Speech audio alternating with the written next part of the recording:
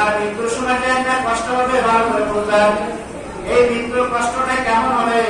ঈসা আলাইহিস সালামের জমানা তিনি আল্লাহ তাআলা এমন এক কুদরতি ক্ষমতা বিশাল, কোন কবরের মাঝে গিয়ে যদি বলতেন এই কবর তুমি আল্লাহর হুকুমে দাঁড়িয়ে যাও, সাথে সাথে দাঁড়িয়ে যায়। তো এক একটা নবী এক একটা মুজিজা আল্লাহ দান করেছে।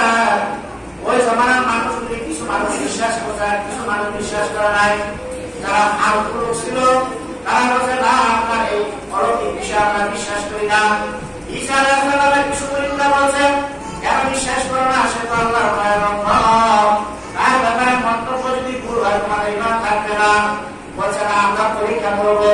বলছে ঠিক আছে, তোমাদের যেভাবে প্রয়োজন সেভাবে পরীক্ষা করো। কিভাবে পরীক্ষা করবা?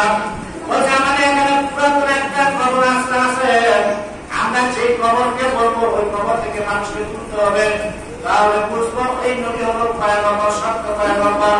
বলছে তোমাদের যেভাবে ইচ্ছা সেভাবে তোমরা পরীক্ষা করো, কিন্তু নবীর ব্যাপারে তোমরা সন্দেহ করিও না, এটা আল্লাহর পক্ষ থেকে একটা মর্যাদা।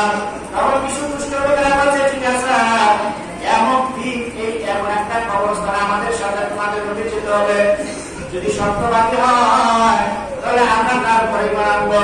ভালো করে বলবেন, মৃত্যুর সময় যে কষ্টটা হয় এই কষ্টটা আপনি শেষ করতে পারবেন না। কবরের আঘাত তো পরের কথা, মিজান বুঝিয়া না করা। আল্লাহ আমাদের সবাইকে মাফ করবে, বলেন আমিন। নবী করিম সাল্লাল্লাহু আলাইহি সাল্লাম বলেন, এই দুষ্ট লোকগুলি ঈসা আলাইহিস সালামকে একটা পুরাতন কবরস্থানে নিয়ে গেলেন।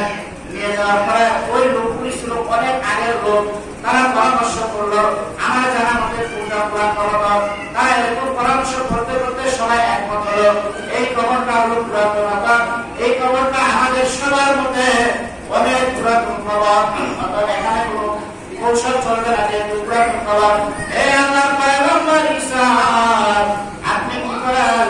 এই কবরের লোকটাকে যদি আপনি তুলতে পারেন তাহলে বুঝবো আপনি আল্লাহর পক্ষ থেকে নবী, অর্থাৎ আপনি এই কবরটা তুলে দেখেন।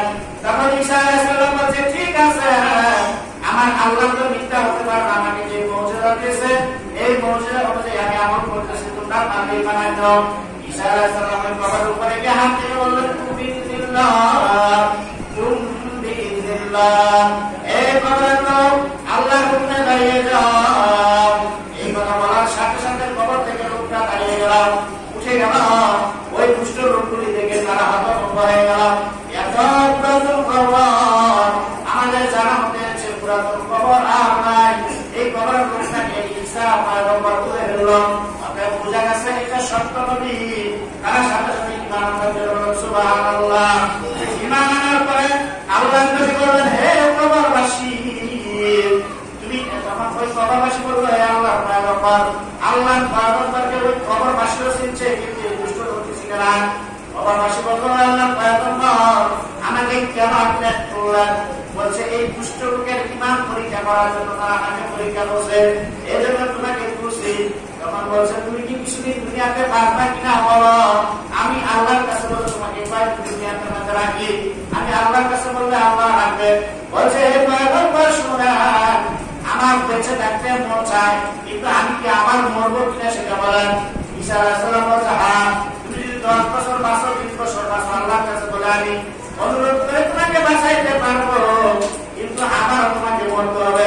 বলছে না না না পয়গম্বর, আমার বেঁচে থাকা আর সাথ লাগলো না, প্রথম মনে হয় একটু সাথ লাগছিল, দুনিয়া মধ্যে আছে আমার বাঁচবো, কিন্তু আপনি যখন বলছেন আমার কিন্তু বরণ করতে হবে, আমার সাথ শেষ হয়ে গেছে। তখন নবী বলছে কেন এই কথাটা বললাম?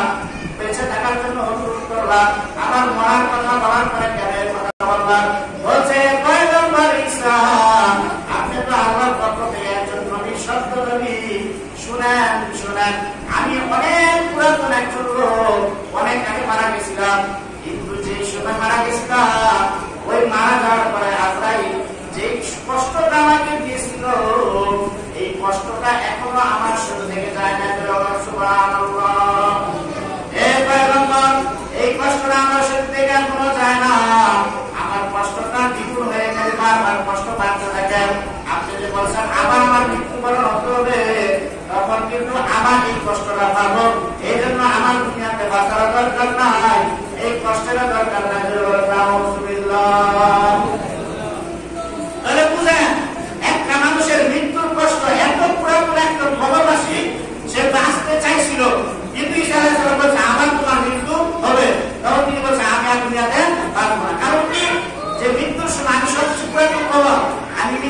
যে কষ্টটা পাইছি